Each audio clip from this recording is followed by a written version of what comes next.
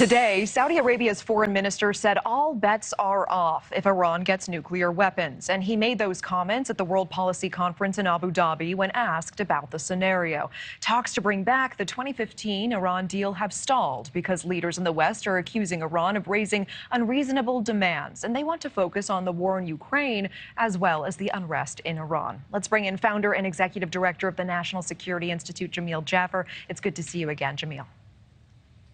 Thanks, Natasha. Now, Saudi Arabia's foreign minister says that Iran's neighbors would take measures to strengthen their own security. What does that mean, and how serious is that threat?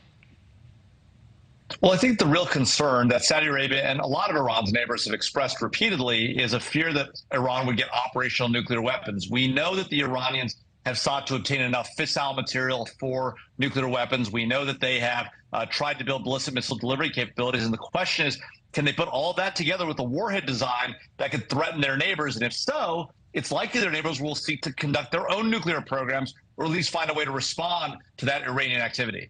How concerning is that? How realistic is that threat, do you believe? Well, it's obviously very troubling because, the Iranians have long been seeking to obtain these capabilities.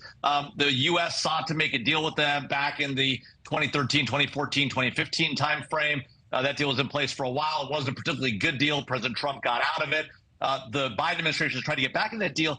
But the reality is that the Iranians have been pursuing this for a long, long time. And I do worry that this potential for escalation across the Middle East, if the Iranians are allowed to get nuclear weapons, could be very problematic. And meanwhile, anti-government protests in Iran certainly not helping the negotiations for Iran's nuclear deal and the stalling of that. What is the status of those protests now, especially as we did see the execution, the first execution of a protester this week?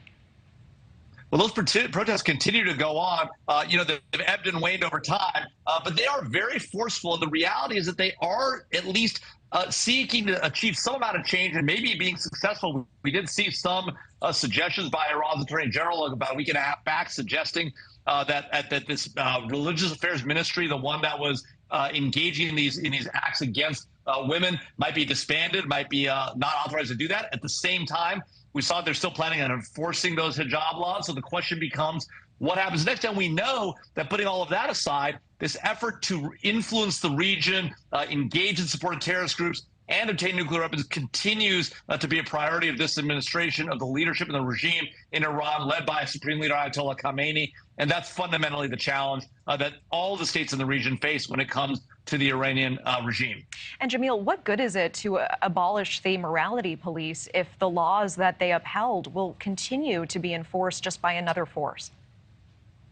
Well, Natasha, that's exactly it. It's sort of a distinction without a difference. And so for the Iranian people who continue to protest, they still want to see more substantive change. They've demonstrated that they can potentially start to achieve some success. And so if they continue to press forward, the United States and our allies continue to back them and frankly provide more support, that might lead to successful change in Iran over the long run.